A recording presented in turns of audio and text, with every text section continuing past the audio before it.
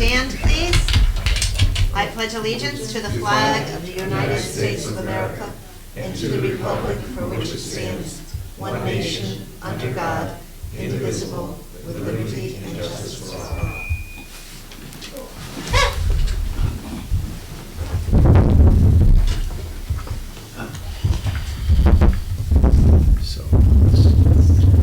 The first item is to accept the agenda as presented. Make a motion that we accept the agenda as presented. I'll second. Seconded by Lou. All in favor? Aye. Any opposed? Any abstentions? The motion carries. The next would be approval of the special meeting of January 7, 2020. Is there a motion to approve those minutes? So moved. Second. All in favor?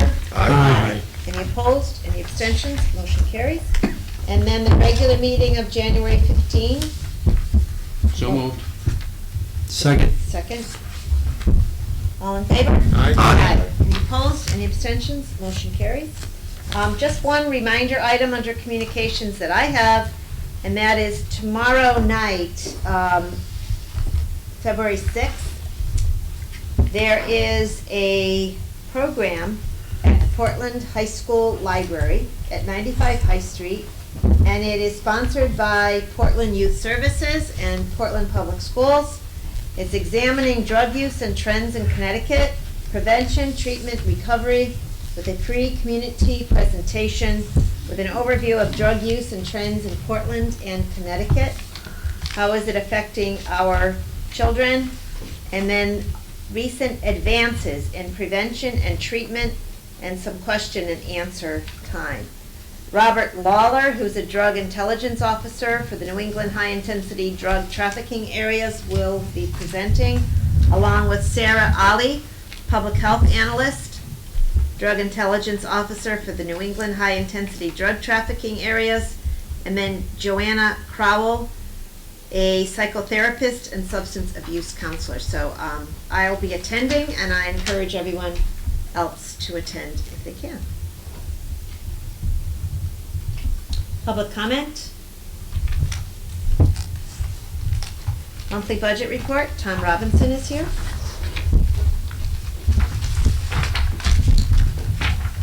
Good evening, Tom. Good evening, all.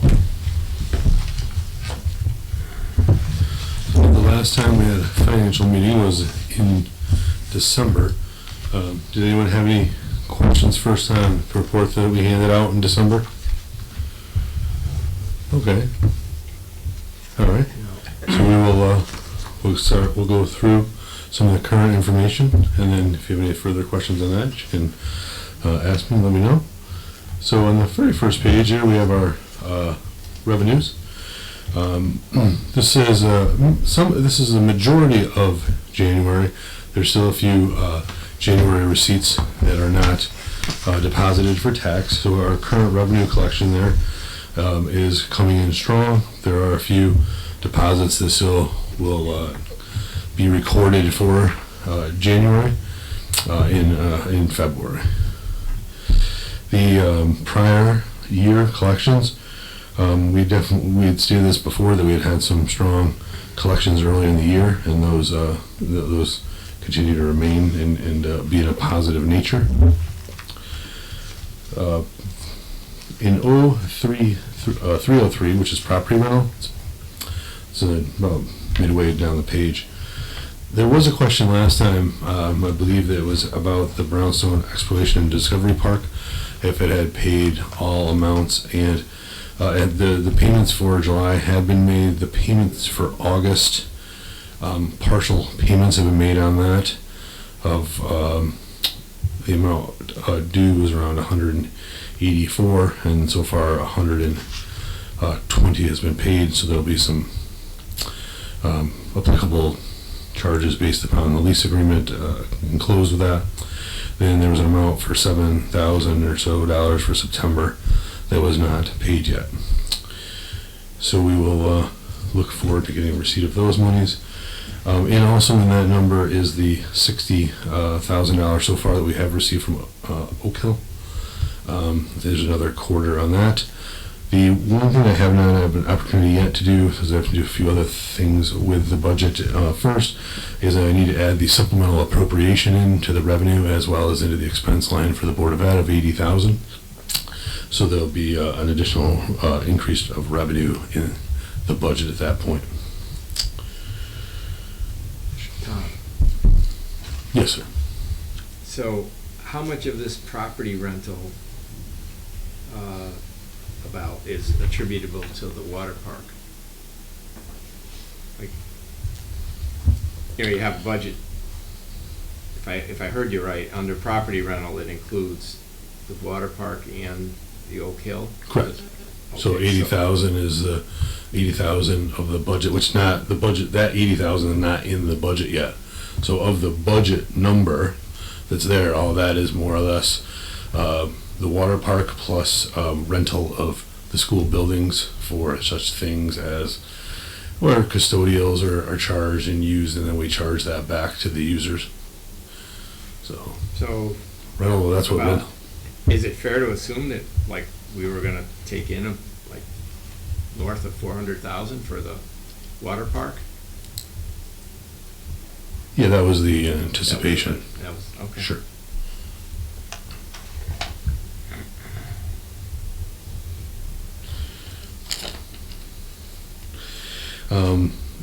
On the other side of the fence is on 0328.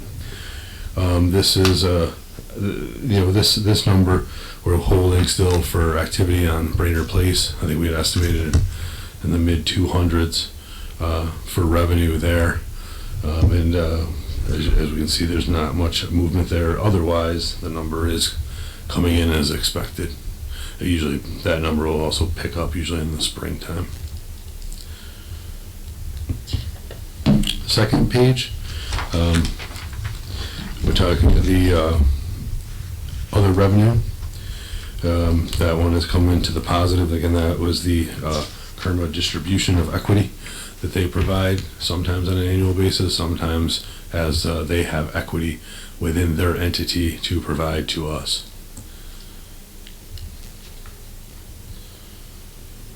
Interest rates we continue to watch as we see a little bit of a dip in interest rates.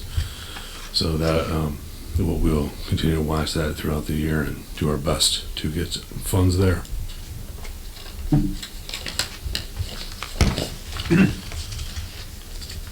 We're doing well in taxes, Tom. Property current taxes are good, right? Yeah, and I think it'll be a little bit stronger once the remainder of the January revenues in. Right. There's a few payments that just came in. And prior years were a little ahead, so that's good. Correct. Gonna move on to expenditures. Page 2.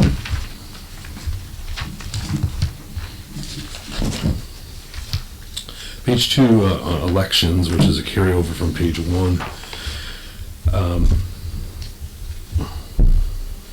The concern in this budget, global budget, looks pretty good, but the concern a little bit is in election supplies. So election supplies, there were some registrar of voters, Newman ordered some items that they needed for some bags to deliver the information from place to place, as well as some other supplies for the elections.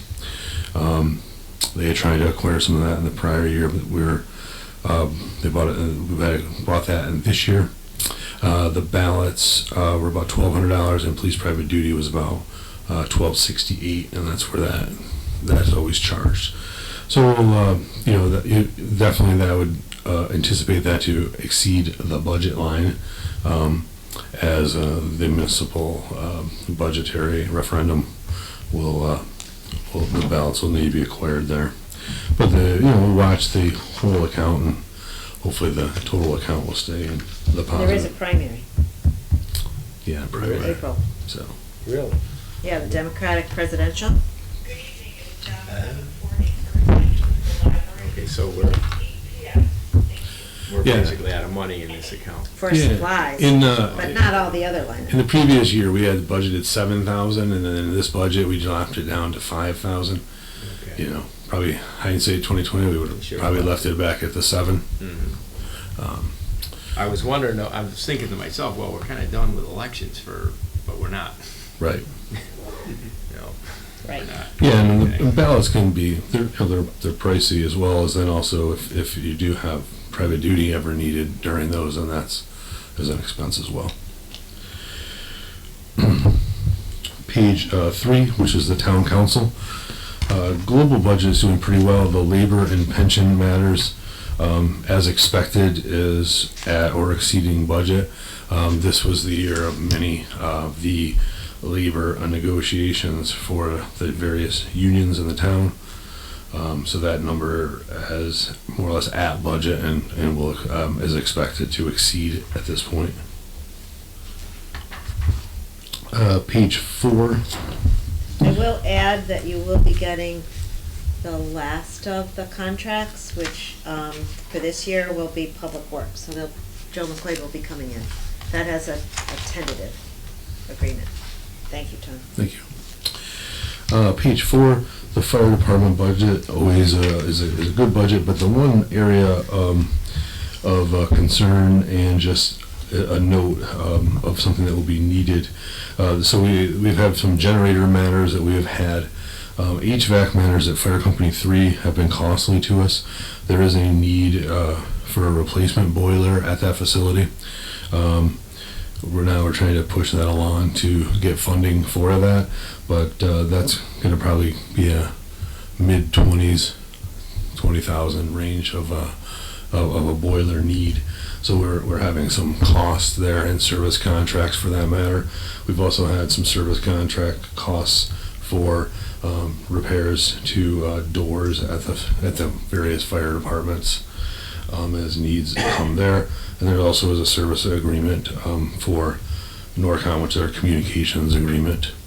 But just wanted to bring that to point, and also that that need of boiler for Fire Company 3.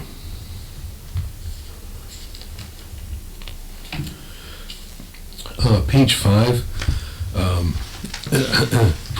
Police private duty is nearing capping out at this point.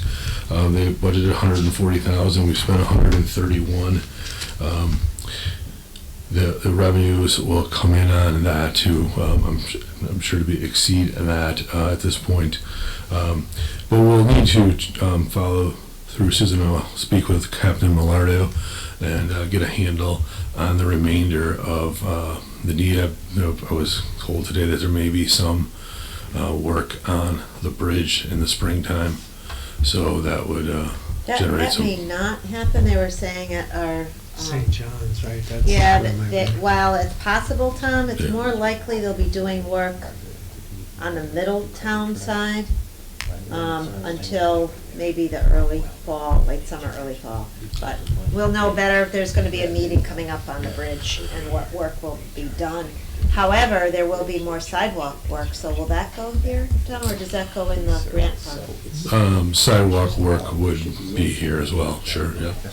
Yeah. So, I mean, it's, there is some sidewalk work, and then also, I mean, a lot of times when Middletown has work, we're engaged on that work, so whether, if that bridge is involved, generally the towns, so it's been in the past, the town officers have been, Going to Middletown to work. yeah. going to Middletown. So even though it may not be in Portland, they go to Middletown and work. So we pay them through here and then they reimburse us in the revenue. Yeah, so last year, we had a need of a supplemental appropriation on that revenue line item and the expense line item. If it continues at high levels, that would probably be the similar course of action. It's just a revenue and an expense need of the amount of money that you're outlaying is recouped, and then some in the revenue side. But I just wanted to bring that to your attention as you see that number, when the springtime kicks up, those numbers can go pretty quickly.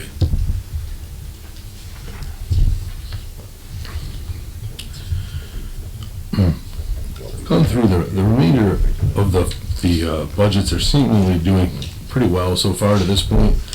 I didn't have really any other areas that I in global wanted to go through. There's the grounds departments and the highway departments always have trouble, and then equipment supplies. Those are known, so they generally try to obtain coverage within their own total budget to solidify those measures. But as costs on repairs and costs on supplies go up, it does become harder. But so we'll continue to watch those throughout the year. So far, if there becomes multiple more snowstorms, that always creates a problem on equipment supplies, as there's needs to replace things that somehow seem to ultimately be able to be damaged from plowing snow, as the weight of the snow causes some damage.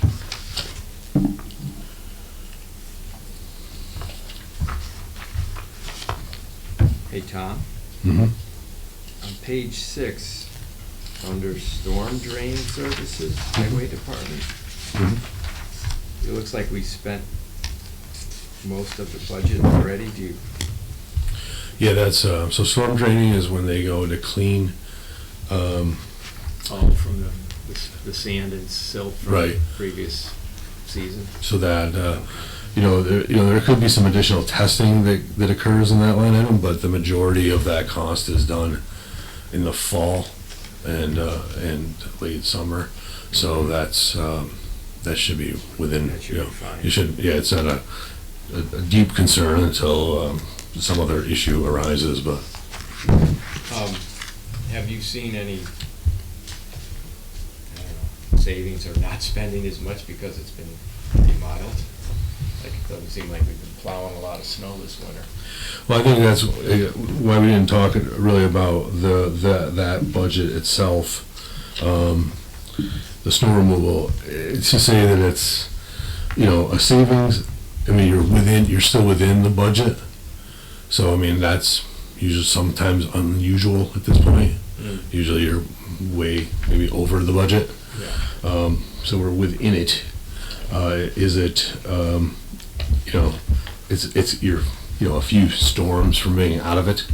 So it's, so we It gotta. could change quickly, Yeah. that's what you're saying. Yeah, I mean, it's, it's, right now it's to the positive for 11.5 on the overtime line item. So that's, can kind of go pretty quick. That's page 8 on the bottom.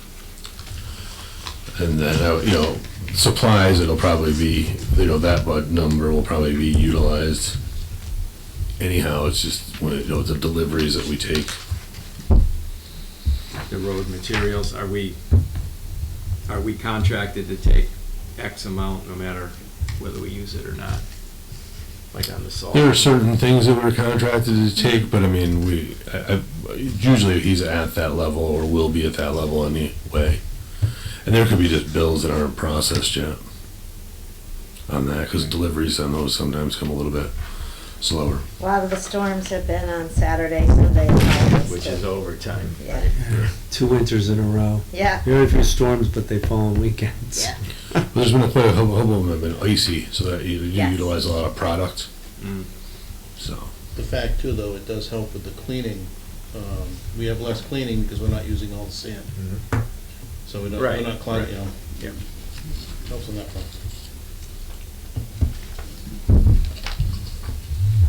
I think that's what all I had now for now, Susan. Okay.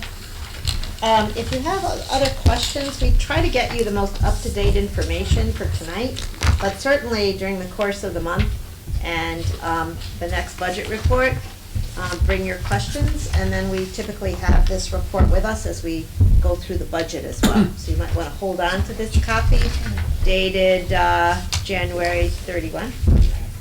Is that right? Yeah, we'll try to get them an updated one sooner. And maybe we'll get another one to you, more up to date.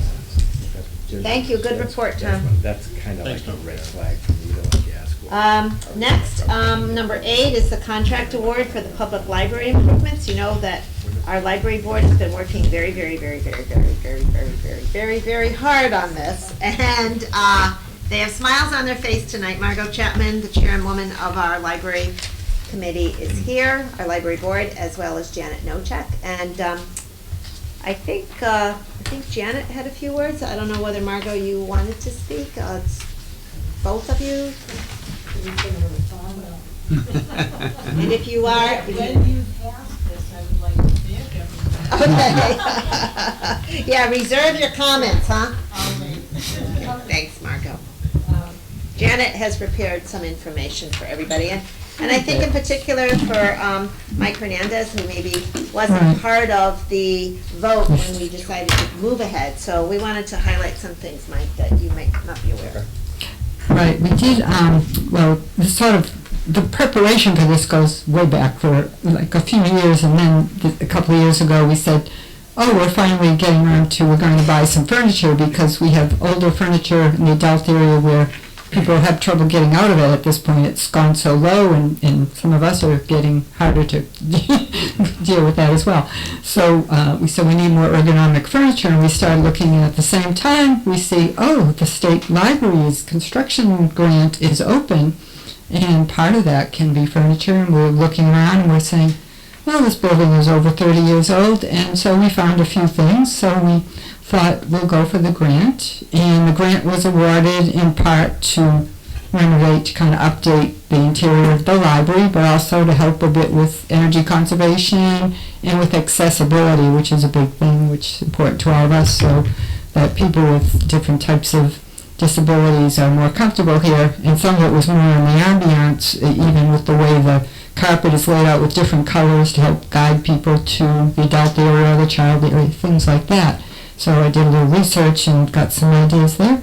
So we were successful, and the board has been, as Susan has said, working very hard to try and make sure we got the funding to match the grant, which is a requirement. It's a half, they pay for half of the project.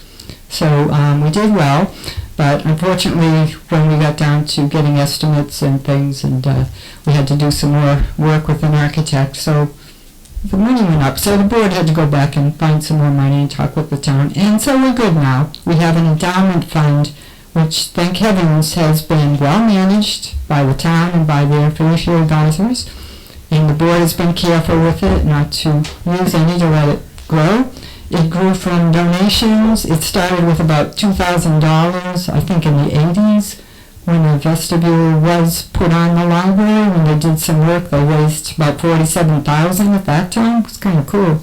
And then they had some money left over after the project, and that started this fund, which has grown with donations. Generous people in the community have given to the fund, memorials and things like that. We just recently have had some generous donations again. So now it's just been invested, and we have over $400,000, so we're good that we can take some of that out and use it for the betterment of the library, which is what it's for. So hopefully we're all set, and we'll be happy to sign the contract to Susan, because she has worked very hard for us too, to make sure that all the I's are dotted. And there are a lot of them. It's a learning experience when you do these things. So thank you. Did you have any questions? Or I know Susan sent around, I think, the notice about that basically describes it. If there were any questions, I know. I'm glad that we have a new selectman who, I think it's going to be a glamorous improvement, new carpeting. I don't know that they've picked out the color yet, but it'll be bright and new and clean. As well, you will be looking at removal of some of the lighting, and not necessarily replacement, or what? There'll be a new service desk, and we did want to replace the front doors. We think that can happen too, because they've been they're getting harder to maintain, and they're noisy, as well as it's harder to maintain the controls. So these should be better controls that will help a little with both doors opening at once, letting in all the air and all that. So And new that'll be furniture. helpful. And yeah, the new furniture, I can't wait. I've had people complain, but it'll be good. Susan, Yes. can we talk with, and I talked with Bobby Shea, Yes. we were talking about the humidity problem with sealing the floor, was that in this? Or not? Decision was made, that you may have heard that, because we talked about it at the board, that there was some looking at, and they did some core samples of the floor to determine whether there was a moisture problem and whether or not that had an impact on the heating and cooling and dehumidification of the building. So we went through it with our interior designer, we went through it with the flooring contractor, And the number that came back, and I'd shared this with Mike, was $73,000 to do a two-part epoxy system on the floor. That wouldn't be in this room, would not be in the children's room, would not be in the staff area, but would be in the other areas where the carpet would be pulled up, and then this two-part epoxy system put down, and then the carpet put down on top of that. When we looked at the cost-benefit analysis of that, there really, for the cost associated with this potential savings in energy, the numbers didn't work. It was too expensive. So we asked our carpet specialists, the people that will be supplying the carpet, to take a look, do more testing, and they put in writing that they don't feel there's a need to do the double work of the epoxy system and the rug. They feel that they can manage well, and that we will have good service from the carpeting without putting down the two-part epoxy system. Okay, thank you. That's one of the things, Mike, that took a lot of time. Yes. We looked into an alternative way of doing it, which really did not seem worth the $40,000-ish that they were gonna charge, which was more of a spray-on type system. And frankly, while there is moisture, it's not of a nature that we felt was necessary to be with the two-part epoxy system. And to have the carpet folks tell us it would be okay, that was certainly a concern of the library board. They don't want to put down carpet and then have difficulty going forward. Honestly, the carpet that's in here for the last 30 years has been remarkably well maintained, and it's worn well. So before they put the rug down, they continue to do the testing and make sure that whatever system they're using in terms of the breathability of the carpet, as well as appropriate mastic or glue that will be used, they're looking very carefully at that. If you imagine the library, and all of the books, and all of the discs, and all of the magazines, and all of the furniture, where that carpet is, all of that has to be moved in order for the carpet to be taken up. They test the floor, and then they put it all back down again. So part of the cost associated with this project is the moving, as well as the putting it all back, as well as the materials which they'll be using. With a new circulation desk, I think it'll be safer, it'll be more ergonomically established so that it's better for the workers. I think it'll be safer, better lit, and more welcoming. And having the doors put on will also improve the insulation of the building. That mitigates moisture as well if the doors are closing properly. And it also means, again, it's safer and a better environment. I think you're also looking at making sure the furniture fits well for people so they can get up and sit carefully, and that's also some height adjustable. Actually, the tables will be a couple of them will be. We'll have tablets on some chairs so that people can work from chairs and different things. Yeah. And one of the issues we have has been that people come in with a laptop or whatever, and they're plugging it in, and they're sitting at a table, and they're blocking walkways and things with cords. It's really not good. So the building was built before the electronics became a big part of our services, and that people carry around things that need to be charged all the time. And so this will be better, that we'll have some charging stations and more access to a couple of spots where there are outlets. So we'll have better usability that way. So I think that's going to be a big thing. Wow, thank you. We're going to have this, when we do the furniture, if you were familiar, there's a kind of a lounge area almost where the reading area with the new books. That's going to be rearranged. The new books will be a little off. It'll be a little more inviting. And then there'll be another area where people can study and read the newspapers and magazines and do their work up by the computer. So I think that's going to be very nice. And that's up where there's some nice natural light, which usually just keeps people happier and it's peppier. So, we'll all be much smarter, reading more, so it'll be good. And I want to point out that there's no impact to our mill rate with this project. This project is totally funded by a state grant of over $108,000 that Janet wrote and obtained, as well as $250,000 that is coming from the endowment fund. And as Janet pointed out, that's raised from benefactors. I can remember when the library, maybe even been before Janet's time, they had fundraisers with auctions, like silent auctions, and I believe there was a golf tournament that used to be held years ago.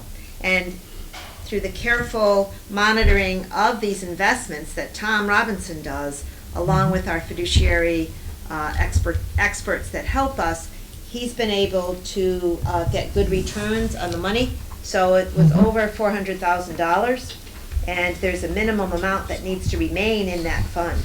So I think, we can't say enough good things about our patrons and our benefactors, and also our library board of directors, our staff, and of course our library director.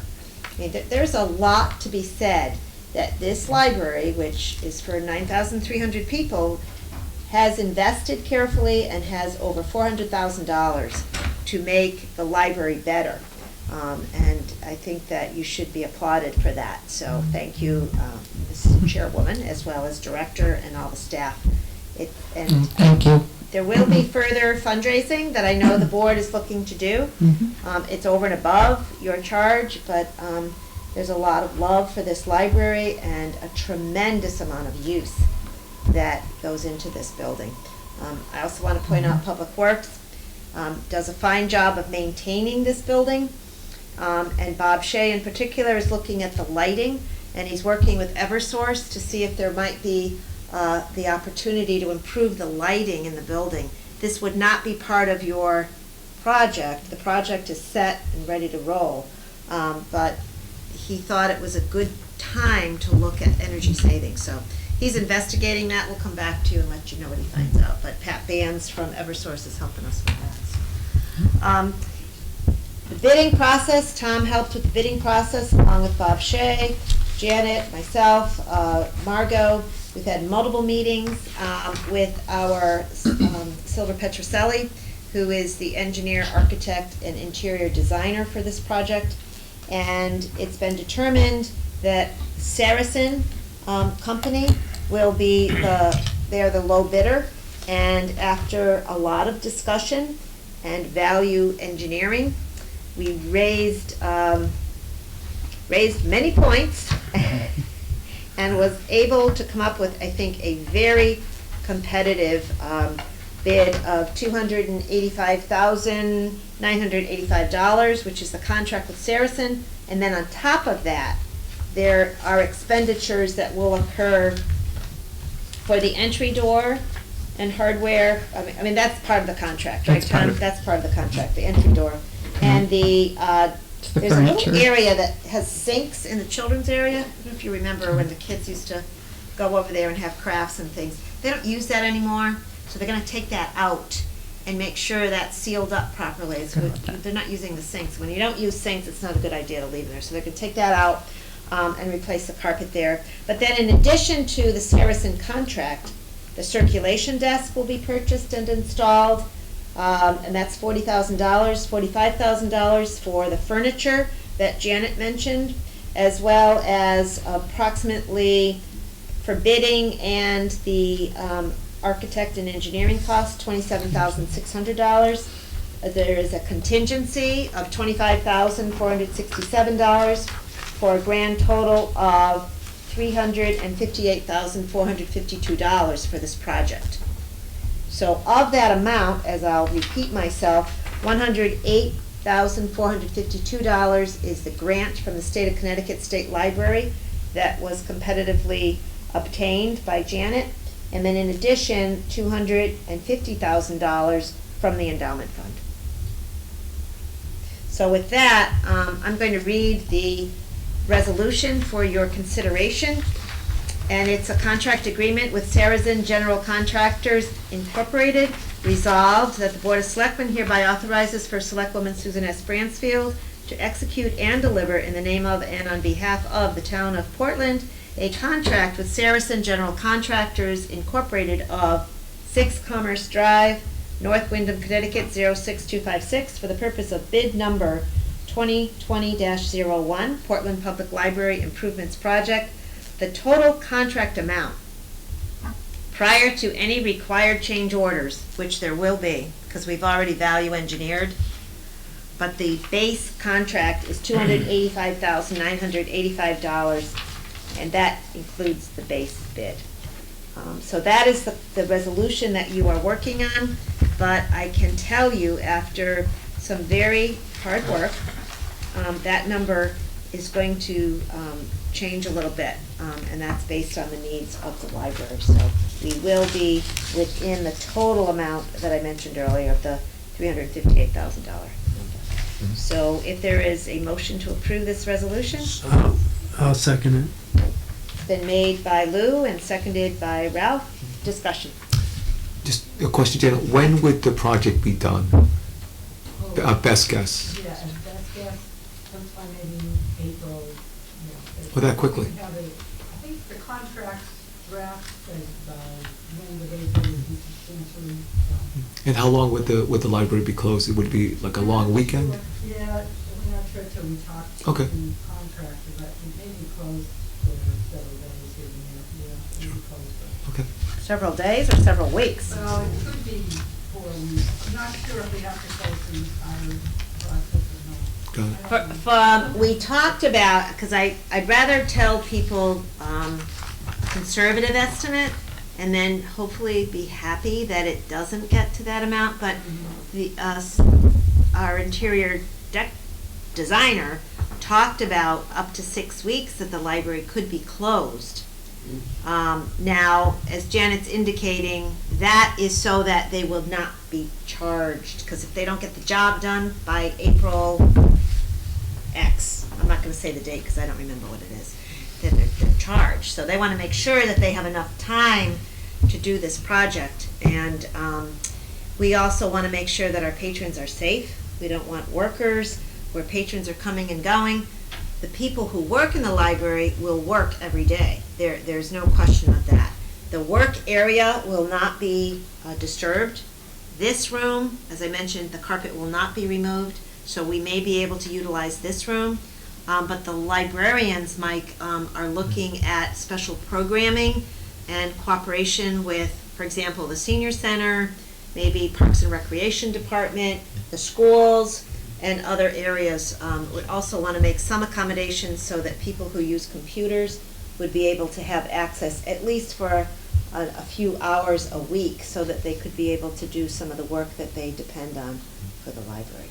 But as I think, Janet, as you talk with the contractor, you'll have a better understanding of what the exact amount of time is. But I want people to know that the library will be closed for the active work that's commonly done here. And that is for safety, and it is also allowing us to save about $10,000 in this contract. It would have been at least $10,000 more if we had the library open, and it would have been even longer because they would have to work around people. Did you want to add anything to that, Margot, or? No, not for that. Can I ask you a question Sure. about being closed? So if the contractor's working here Monday through Friday and you're closed, and then they're not around on Saturday, or they're not working, let's say, would the library be able to open for a day? Or would Well, when you think about it, if they're doing the carpet, at least for Maybe, part of yeah. it, the books it are gonna may be too all, torn up? Okay. right? Janet? That's what we, have to figure out how they're phasing it and what they're doing. Good question. Some Saturdays, probably not. Yeah, okay. So could I just add, I mean, because I was in almost all of the meetings that we had about the library project, and I just want to note that the board worked really hard, just like we've dealt with other projects. The board worked really hard in trying to really focus in on the improvements that would be the biggest bang for the buck to the library, which meant the most for improvements. And that's ultimately where they landed. They worked really hard, and certainly Tom, Bob, and Susan working with them to achieve that. So I also commend them, and I certainly, again, it's just success showing how we can use grant funds to make things happen in our town. It's try to do as best you can with what you can get. So it's again another example of that. So Good point, and thank you, Ralph, for being the liaison to the library board and helping out. Does that answer your question, Mike? It does, thank you. So you'll get back to us on it, is the bottom line. Well, no, Okay, the motion's been made and seconded. Further discussion? Questions? Are you ready? All in favor? Aye. Any opposed? Any abstentions? Motion carries. Aye. Margot, your No, turn. there you go. Yeah. Thank you, Margot. I'm going to have a sigh of relief that this is passed. And I just wanted to first thank Janet for her foresight in obtaining the grant. And she worked very hard to write it so that it was accepted. I agree. And the state library for giving us the grant. And for my board members, because we've been working on this several years, and with a lot of ups and downs. And I also wanted to thank Ralph, because he's been a great liaison to the library board, and Susan, Tom, and Bob for your help and guidance, because when we had some sticky areas, you had the answers and really helped us out a lot. And I think the people of Portland are going to be just so happy with the finished project. I agree. So thank you very much. And thank you for leading our library board for so many years. It's a labor of love, and I really appreciate and enjoy working with you, and enjoy working certainly with Janet and the rest of the board, because it's a great job. Well done. Thank you. Seems too easy, right, Janet? Thank you. you all helped make it easy. It's going to be a great project. Everybody's going to enjoy it, as Margot said, so thank you very much. Come back anytime and give us updates. The next item, proposed land swap with Exchange Club of Portland. I put it on here in case there were any updates. I have nothing, so I'll ask the committee if they had anything. I know there's a group of you. Group of me. Group of I you. haven't heard any more than what we've done so far. And so I'm just waiting for Attorney Law to get back to us. Very good. Appointments to boards and commissions. Rick? I have one. Yep. I believe there's a open seat on the Conservation Commission. Yes, I believe there is. Okay, so I'd like to nominate Jay Brown for that open seat on the Conservation Commission. I'll second that. All in favor of Jay Brown on the Conservation Commission? Aye. Aye. Any opposed? Any abstentions? Motion carries. And we'll move on to refunds. Jim? Sure. I make a motion that we refund the amount of $646.79 to A-Car Leasing Ltd. second. All in favor? Aye. Any opposed? Any abstentions? Motion carries. I make a motion that we refund the amount of $104.81 to Mazada Airline Avenue LLC. Second. All in favor? Aye. Any opposed? Any abstentions? Motion carries. And I make a motion that we refund the amount of $258.63 to Louise and Schweitzer, Stephanie, let's say, Oliche. Second. All in favor? Aye. Any opposed? Any abstentions? Motion carries. Status reports? We'll start with Lou. Okay. Rick and I had a meeting with Bob Petzel just the other day to talk about river access possibilities. And we went over some possibilities of the area by the Wangok Meadows. And there was some concern about some safety issues because of the current and the way certain people drive boats through that area, maybe too quickly or too fast. And he thought maybe that could be a dangerous possibility. The current, not so much a problem, but more so with people driving boats up and down the river. Because it's not a no-wake zone. I mean, it's Right. open Right. water there. There is a wake zone from the Middlesex Yacht Club through Petzl's. There is a section there, but where the island is, there isn't any. So we talked about some other possibilities that have been investigated over the last 30 years. And some of those may be a possibility, may not be a possibility. But then there were a couple others that we thought maybe we could investigate. So at this point in time, we don't have an access to the river yet, which is kind of sad because we do have a lot of riverfront property that we own and other people own, but we have no public access, no residents can access the river for boating or for other type of activities. So that's my report. Any To questions be for Lou? continued. Oh, To be, did you want to add anything to that? No, I just think we have some more investigating to do. And I don't think the Wagunk Meadows is ruled out, but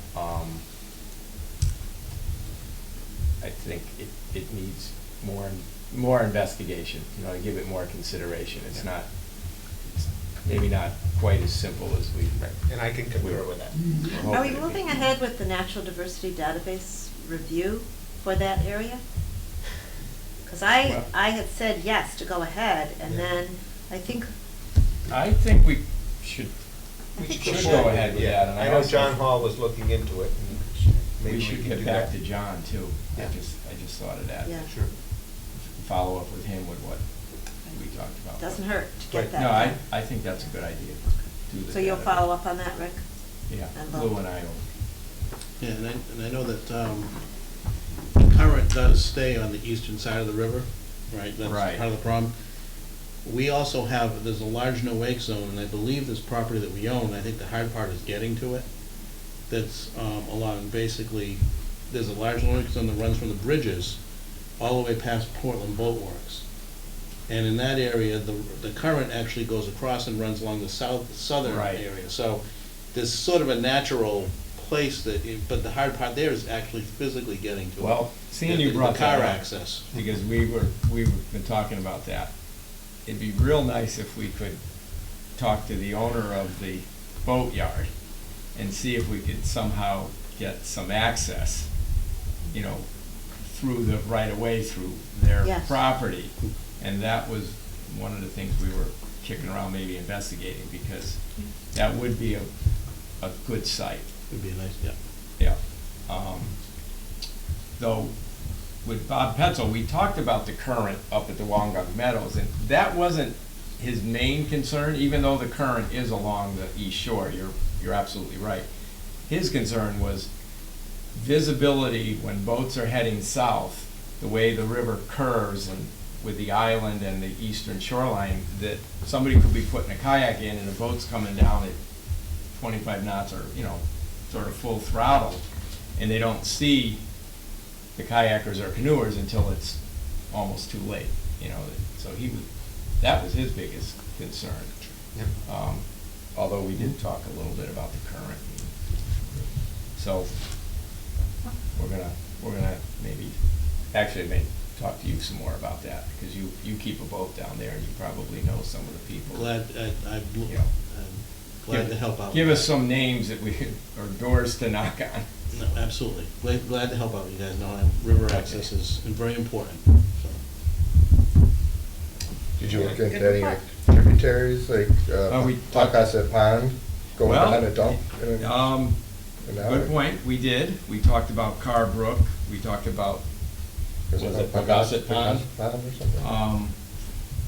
And I think we need to take, when it gets warm enough, take a boat out and go look at the pond, because I think where it actually empties into the river, that it's all full of sand. I don't know how easy it would be to get up Yeah, in there's there. Yeah, there's a small strip, a canal Yeah. that goes to the river from the Pocasset Pond. And I think there's trees and branches that are over it, probably could be cleared out. But then again, does it dry out in the summertime. So we haven't been there. We'll Yeah, have to take a I'm look. taking jet skis in there. Yeah. There you Yeah, have. through that canal, so, I mean, Yeah. it's all tide related too, but I mean, if I can get a Okay. jet ski, you can get a canoe through. Yeah. Oh, something to think about. No, Yeah. no, that did come up in our conversation, so So I have another report. Yes, Okay. we'll stay on it. good. So on the other report is on the Airline Trail. Susan and I and Riz Rosario and Ralph were there the other day, and we talked about Phase 2 of the Airline Trail, which goes from pretty much the YMCA property toward Route 17. So we looked at the site plan, engineering plan that we have from Jacobson, and in doing so, we've taken a look how it can go through the Y property, the Eversource property, Butler property, and Cassetta property. And all of those people are on board so far, verbally have said to us that they would be willing to allow us to use their property. So in doing so, we're gonna start with one group at a time, and we have a meeting scheduled possibly for next week with Cassetta, who's the owner of Dairy Queen, and see how our plan works with his plan. And do we have to make any changes, or is it great the way it is? And if so, then we'll move on to the next group of people, which would be Butler, and then Eversource, and then the YMCA, to just show them the plan. They've all agreed that it's a good idea, and they're willing to participate, but they just want to see exactly where the trail is going to go in their property. So stay tuned to see where that goes, but we're hoping that we can move that forward and inch our way toward the bridge. Question, do we need to get another grant to actually, Yes. okay? Yes, yeah, we'll probably need a grant to fund this, and it'll probably come from the Department of Environmental and Energy Efficiency or Protection. And we would then first have to get our licenses or approvals from these people, or right to use their property. Once we have that all in place, then we can apply. But we can't apply until, they won't give us a grant unless they know Right. that the land is available. But is there a good likelihood if you line up the land that they will give a grant or have the money available? Yeah, I think so. Right now, the state is really pushing toward alternative ways of transportation. And so if there's a way that we can connect from Willimantic to Middletown, and people that are living along the way that can bike or walk to work, it's good. If nothing else, it's a great way to improve their health, and their well-being. So that part, the state is very involved and very excited about. So I think the funding is there, and there are dollars that come from the federal government that are allocated just for trails that are within communities. And because we've been a good steward of the money that we've received so far, and we've done a nice job, I think the committee has done a nice job in getting the trail from East Hampton to the YMCA, and we have a great relationship with DEEP. Lori Giannotti, who is the director that we've been working with, has been really pleased with what we've done. And so in doing so, if we were to go forward and ask for more funding to continue in the same way we've done the first part, I'm sure that they would look in that in a favorable way. End of report. Great, thank you. Thanks. Okay, well, Ralph? Yeah, quick update on the park. They did install the gates, so the gates are in place.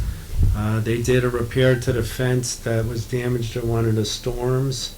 That repair was done, and I think maybe if the contractor is going to make out there, the soon they're going to do the fencing along the southwest end of it, where it butts property, one of the people that live along the property. So we'll be putting that fence up soon. The building, every time I go in there, it's farther along. It's nearing completion. The only thing I probably note is that I know because there was exchanges on our favorite community site And people bring up the whole situation with the road being closed. Eversource has done, I think they've done their work. It's really not, although they may remove the pole once they can, but right now it's really up to Comcast and Frontier to get out there and move their lines to the new poles that we have. And then Eversource could remove the pole that's sitting slightly in the road, the new road. So it's not anything that has to do with the contractor. It really comes down to the timing of when those utilities are going to make their way out there. It's not always the top on their list of to-dos. So we're really kind of just waiting for them to get out there and finish it so we can open the road. So. And the only other thing is I'm hoping in the next week or so we finalize the situation with the fitness circuit and what we're going to do and what we're going to purchase. So fingers crossed that comes to completion very soon. Do you have the funds to purchase the fitness equipment? We're still working through the numbers. When we have funds to purchase equipment, it's just whether we are able to purchase everything we're hoping to do. That's really what it comes down to. Okay. Anyone else? Just the Water and Sewer Subcommittee is continuing to meet. We have another meeting scheduled for Friday, and continuing to work on not only the issues of evaluating the rates and what's going on with MDC, but as well as pending, future water sources and what we want to look long term. A few things. We're still working on finalizing our decision about the sidewalk grant that we got, the connectivity grant. That's from the state of Connecticut. That's over a $200,000 grant. The bids came in. They're favorable, but we're still in the process of reviewing before award is to be made. That would be on Main Street. And then the committee will meet again to determine where any residual dollars from the 2016 bond will be spent in terms of other sidewalks off of Main Street. The focus group on the brownfields revitalization occurred last week. I thought it was a very good meeting. April was there, and a couple of the selectmen and myself. There's a lot of work to be done, starting with a tour this Saturday at 11 o'clock. So the committee will be able to go down and look at the property up close. And we had a conference call today with our licensed environmental professional, along with Bob Petzold, the chairman of the focus group, myself and Mary Dickerson. And we're formulating the agenda for the last, it's actually the fourth Thursday of the month, right, April? So the fourth Thursday of the month, we will meet and proceed with direction as well as information given on the project. But I want to thank the 22 or so number of people that are involved, wide range of people, and that's the whole idea. And I think it's a good group, and everybody is committed toward the economic development and revitalization of that project. I also wanted to point out something that this board had said to go forward with last year, and that is to apply for a community development block grant. And the purpose of it would be one idea, a strong idea that we would like to proceed with, is a homelessness diversion grant, which can be up to $350,000. It would be a regional approach to helping the situation of homelessness, which does occur in our county, and over into Meriden and in Wallingford. So the state has divided up Connecticut into 7 areas, and they're called Coordinated Access Networks, CAN, C-A-N. So the Coordinated Access Networks work with, for example, St. Vincent de Paul, United Way in Middletown, some of the agencies in Meriden and Wallingford, and they work toward diverting people away from homelessness into shelter and or apartments and or more permanent living, depending on the needs and depending on the availability of resources. So we would like to obtain this money and be able to partner with a social service agency, likely in either Middletown or Meriden. And that social service agency would hire 2 individuals who would be specialists in helping homeless people find the appropriate resources, shelter, and homes. It's something that's desperately needed throughout our country, and in particular, this is how Connecticut has chosen to start dealing with homelessness. Of the 7 areas, I believe 4 have grants already. Our can does not have one, so Portland is stepping forward, and 2 other cans have not stepped forward yet. So we're in the process of looking at a couple of candidates for a grant writer. This grant would pay for a grant writer as well as a monitor of those grants, which is very beneficial to us. And we'll be doing, I believe, a very important amount of work that's necessary for our community. And I want to say thank you to Middletown and a lot of the resources that they have, because they do service a lot of our residents who are homeless and are in need of assistance, particularly St. Vincent de Paul Place and the United Way. They do a tremendous job in trying to help our community. I think that was all that I had for now. Public comment? Informal discussion? I have nothing on follow-up, so I'll entertain a motion to adjourn. So moved? Second. Seconded by Rick. All in favor? Aye. Any opposed?